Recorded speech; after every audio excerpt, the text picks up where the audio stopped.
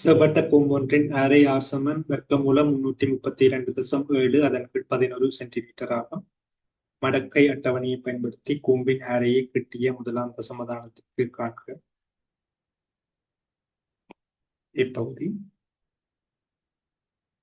ஆர்சமன் வர்க்கமூலம் 332.7 அதன் கீழ் 11. இது 332.7 கீழ் 11 முழுவதின் அரையாம்பது. இரண்டு பக்கமும் மடக்கை எடுக்கும் போது எல்ஜிஆர் சமன் எல்ஜி 332.7 கீழ் 11 முழுவதின் அரையாம்பது. மடக்கையை பொறுத்த வரைக்கும் எல்ஜி ஏயின் பி ஆம்பது கண்டிக்க அது நாங்கள் பிஎல்ஜிஏ என்று சொல்லி எழுத முடியும்.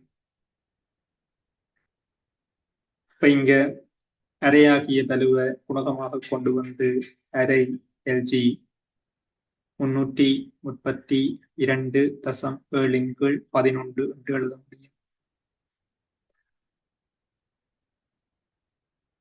எல்ஜி ஏபி அதாவது ஏபி என்ற பெருக்கத்துக்குரிய மடக்கையை நாங்கள் மடக்கைகள் கூட்டலாக எல்ஜிஏ சக எல்ஜிபி என்று எழுதலாம். அதே போல மடக்கைகள் பிரித்தலை நாங்கள் மடக்கைகள் கழித்தலாக எழுத முடியும். எல்ஜிஏ சய எல்ஜிபி என்று சொல்லி எழுத முடியும். இங்க மடக்கைகள் இங்க பிரித்தல் இருக்கிறதால அந்த மடக்கைகள் கழிப்பாக எழுதுறேன். அரை எல்ஜி 332.7 சய எல்ஜி 11.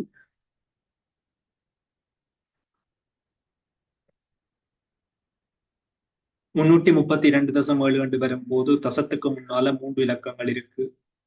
அதுல இருந்து கழிச்சா 2. ஆகவே இதுக்குரிய மடக்கை 2 புள்ளி என்று ஆரம்பிக்கும்.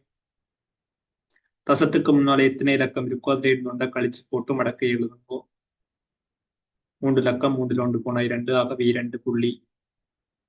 33.2க்குரிய மடக்கை 52.11. அதனோட 7க்குரிய இட வித்தியாசத்தை கூட்டினால் 7க்குரிய இட வித்தியாசம் 9. அதை கூட்டினால் 52 என்று சொல்லி வரும். மைனஸ் 11 என்று சொல்லும் போது 11.0. தசத்துக்கு முன்னால 2 ஒன்றுகள் 2 இலக்கங்கள் இருக்கு. ஒன்றை கழிச்சா 1. ஆகவே அதுக்குரிய மடக்கை 1.1 ஆரம்பிக்கும். 11 சைபருக்குரிய மடக்கை 0.414. அருகிலோடு இருக்கிற மடக்கை அட்டவணையை நீங்க பார்க்கலாம்.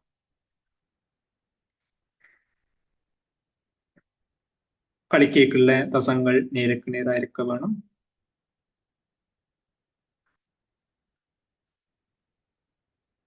சைபர்ல 4 போகாது. 10ல 4 போனால் 6. 1 கடன் எடுத்தாச்சு. 1ல 1 போனா சைபர். 2ல 4 போகாது. 12ல 4 போனா 8. 1 கடன் எடுத்தாச்சு. 4. 4ல சைபர் போனா 4. 2ல 1 போனால் 1. ஆகவே அரை தர அடைப்புக்கு உள்ளதுக்கு பதிலாக 1.48006 எழுத முடியும். 2ஆல பிரிச்சால் 0.14க்கும் 7 முறை, 8க்கும் 4 முறை, 0 6க்கும் 3 முறை. இது எல்ஜிஆர். ஆகவே ஆர் ஆன்டிலாக் 0.7403. நாங்க எந்த ஒரு எண்ணுக்கும் மடக்க பார்க்கும் போது தசத்துக்கு முன்னால எத்தனை இலக்கம் இருக்கோ அதுல இருந்து ஒன்றை கழிச்சு போட்டுத்தான் மடக்கை எழுதும். அப்ப இங்க 0 இருக்கிறதால தசத்துக்கு முன்னால ஒரு இலக்கம் இருந்திருக்க வேணும் அந்த எண்ணுக்கு. இப்ப நாங்கள் ஒரு இலக்க எண்ணுக்குரிய மடக்கை எழுதும் போது தசத்துக்கு முன்னால ஒரு இலக்கம் இருக்கிறதால 1ல இருந்து 1 போனால் சைபர், மடக்கைய 0.2 ஆரம்பிப்போம். இப்ப முரண்மடக்க பார்க்கும்போது 0.2 இருந்தால் நாங்கள் அதுக்குரிய மடக்க பெருமானம் தசத்துக்கு முன்னால ஒரு இலக்கம் இருக்கக்கூடிய வகையில தசங்குத்த வேணும். 74 சைபர் 3 மடக்க அட்டவணையில் தேடி நீங்கள் என்று சொன்னால் அது இருக்கக்கூடிய இடம் சரியாக அந்த பெருமானம் இல்லை. 74 சைபர் 4க்கு போயிட்டது. அதை விட குறைந்த பெருமானம் 73.96. இன்னும் 7 தேவைப்படுது. அது 9க்குரிய இதழ்ல இருக்குது இட வித்தியாசத்துல. ஆகவே 54.99. 54,9,9 தசங்குத்தும் போது 0.1 இருக்கிறதால தசத்துக்கு முன்னால ஒரு இலக்கம் வரக்கூடிய மாதிரி தசங்குத்துமோ. ஏன் இதுக்குரிய மடக்க பார்க்கும் போது தசத்துக்கு முன்னால் ஒரு இலக்கம் ஒன்றில ஒன்று போனா 0, மடக்கை 0.1 ஆரம்பிக்கும். இத கிட்டிய முதலாம் தசமதானத்துக்கு மட்டம் தட்டினால் 9 இருக்கிறதால 5.5 என்று சொல்லி பெறும். இதுதான் ஆறின் பிரமாணம். பி பகுதி 21 சென்டிமீட்டர் விட்டமுடைய அரைக்கோள உலோக குட்டியொன்றை உருக்கி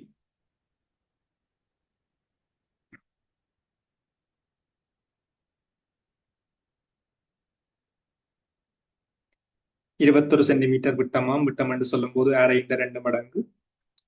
இங்க உள்ள அறையும் நாங்க ஏற்கனவே கணிச்ச அறையும் வேற வேற, ஆகவே வேற எழுத்த பாவியுங்கோ, கேபிட்டல் ஆர பாவியுங்கோ. விட்டம் என்றபடியால 2 கேபிட்டல் ஆர், அது 21 சென்டிமீட்டர். அதை உருக்கி 3 சென்டிமீட்டர் அரை 3 சென்டிமீட்டர் செங்குத்துயரத்தை கொண்ட 21 கூம்புகள் செய்யப்பட்டன. அதன் ஆரை நாங்க ஏற்கனவே கண்டு வச்சிருக்கிற ஆர். ஆரை உடைய செங்குத்துயரம் 3 சென்டிமீட்டர் கொண்ட 21 கூம்புகள் செய்யப்படுகின்றனவா. 21 கூம்பு ஆரை ஆர் 5.5 நாங்கள் கண்ட பிரமாணம். அதனுடைய செங்குத்துயரம் 3 சென்டிமீட்டர். எஞ்சிய உலோகம் அடியின் பரப்பளவு 143 சென்டிமீட்டர் வர்க்கத்தை கொண்ட அரைவாசி நீரால் நிரம்பிய கனவு வடிவ பாத்திரம் ஒன்றில் இடப்படுகிறது. அதன் போது நீர்மட்டம் 3 சென்டிமீட்டரால் உயர்கிறது என காட்டுக. நாங்கள் ஒரு கனவு வடிவ பாத்திரத்துக்குள்ள எஞ்சிய உலோகத்தை போடும் போது எஞ்சிய உலோகம் இடம்பெயர்க்கிற நீரின் கனவளவு எஞ்சிய உலோகத்தின் கனவளவுக்கு சமமாக இருக்கும். இதன் அடிப்பரப்பு 143 சென்டிமீட்டர் வர்க்கம் என்று வந்து சொன்னால் நாங்கள் உலோகத்தை போடைக்குள்ள நீர்மட்டம் x சென்டிமீட்டரால் உயர்ந்தால் நாங்கள் போட்ட உலோகத்தின் கனவளவு 143 x சென்டிமீட்டர் கனம். என் கனவுரு அடிப்பரப்பு தர உயரம் பரப்பு தர. நாங்கள் இதுக்குரிய சமன்பாட்டு எழுதினோம் என்று வந்து சொன்னால் ஒரு கூம்புக்குரிய கனவளவு 1/3 πr வர்க்கம் இன்ச். கூம்பின் கனவளவு 21 கூம்பண்டபடியால் 21 பெருக்குவோம். அதோட எஞ்சிய உலோகத்தின் கனவளவு 143 x அடிப்பரப்பு தர நீர்மட்டம் அதிகரிச்ச உயரம் x தான் காண வேணும். அது அரைக்கோளத்தின் கனவளவுக்கு சமனாக இருக்க வேணும். அரைக்கோளம் என்று சொல்லும் போது அரை தர கோளத்தின் கனவளவு 4/3 πr கனம். இந்த சமன்பாட்டு தீர்த்தம் என்றா உங்களுக்கு x வரும். 3ஐயும் 21ஐயும் விட்டலாம் 7, 2ஐயும் 4ஐயும் விட்டலாம் 2. ஆகவே 7 பைக்கு பதிலாக 22/7 ஆர் 5.5 நாங்கள் ஏற்கனவே கண்டு வச்சிருக்கிற பிரமாணம். அதன் வர்க்கம் கூம்பின் உயரம் 3 என்று சொல்லி தந்திருக்குது. ஸ்மால் h 3 சக 143 x சமன் 2/3 பையின் பிரமாணம் 22/7. அரைக்கோளத்தின் அரை விட்டம் 21 கொண்டபடியால் அரை 10.5 10.5 என்று எழுதுறதை விட 21/2 முழுவதின் கனம் என்று சொல்லி எழுதுவோம். 21/2 10.5க்கு சமம். தசங்களை விட பின்னங்களாக வைத்திருந்தால் சுருக்க சுலபமாகும். அப்ப 7 வெட்டுப்படும். 7 வெட்டுப்படும்.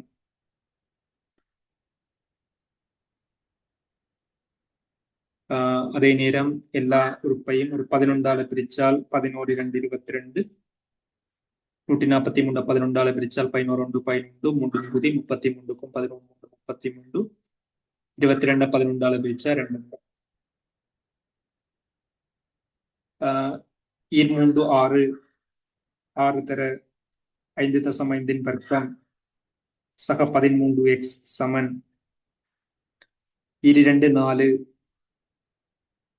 அதன் கீழ் 7 21 தர 21 கனம் 21 தர 21 தர 21, 2 கனம் 2 தர 2 தர 2 8, 4 மட்டும் வெட்டுப்பட்டு கீழே ஒரு 2 வரும்.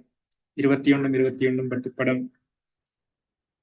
6 தர 5 தசம் 5 வர்க்கம் 5 தசம் 5 5 தசம் 5 பெருக்கினால் 5 2 மிகுதி 5 2 27 கூட்டும்போது 5 7 5 12 1 2 3 7 10 சைபர் எழுதி 1 மிகுதி 1 2 3 2 30 தசம் 2 ஆகவே இந்த 5 தசம் 5 வர்க்கம் 30 தசம் 25 சமம்.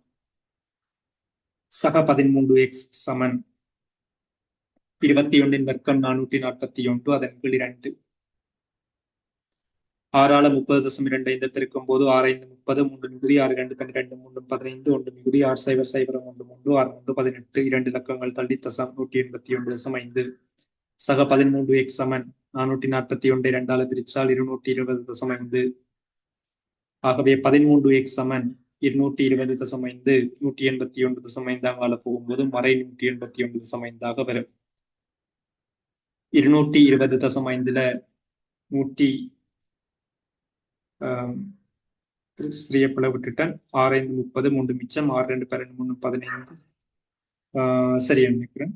220.5 181.5 போகும்போது 5 5 போனால் 0 0 1 போகாது 10 1 போனால் 9 2 8 போகாது 11 8 போனால் 39 13x 39 என்ற படியால் x 39/13 சுருக்கும் போது 3 x 3 என்று சொல்லி வரும். ஆகவே நீர்மட்டம் அதிகரித்த உயரம் x சென்டிமீட்டர் எடுத்திருக்கோம், அது 3 என்று சொல்லி வரும். அதான் நாங்கள் காட்ட வேண்டிய விஷயம். அப்ப இந்த கேள்வியை பொறுத்த வரைக்கும் உங்களோட கன புரிய போக கோளத்தின் கன அளவு